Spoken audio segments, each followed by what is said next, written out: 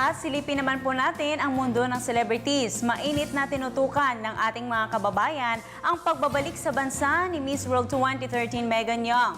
Kahapon sa kanyang motorcade, bagamat inulan, kitang-kita pa rin ang suporta at pagmamahal ng ating mga kababayan sa naturang Pinay Pride. Yan ang balitang pinag-usapan sa report ni Benj Bondok. Ang karaniwang abalang mga kalsada ng lungsod ng Makati na puno ng ating mga kababayang nagbubunyi sa isa na namang tagumpay ng lahing Kayumanggi.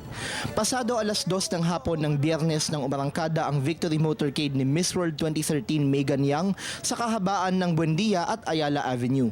Unang nasilayan ng madla ang mga Miss World Philippines runners-up na hindi rin naman nagpahuli sa pagbati sa kanilang mga fans. Ilang minuto pa ang lumipas natapos na rin ang mahabang paghihintay nang mamalas na ng publiko ang float na sinasakyan ng kauna-unahang Miss World ng ating bansa. Malamig ang panahon dahil sa ulan ngunit pinainit ng maladyos ang kagandahan ni Megan, suot ang kanyang matingkad na red gown at maningning na Miss World tiara ang puso ng mga Pilipinong hindi inalintana ang ulan at saglit na huminto sa kanilang upang siya ay masilayan.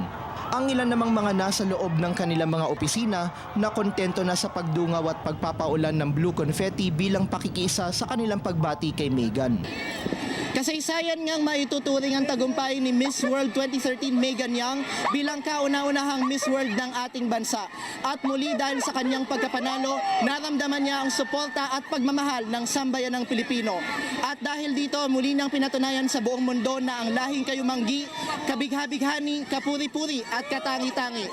Nagtapos ang Victory Motorcade sa isang maikling mall tour ni Young sa lungsod ng Pasay.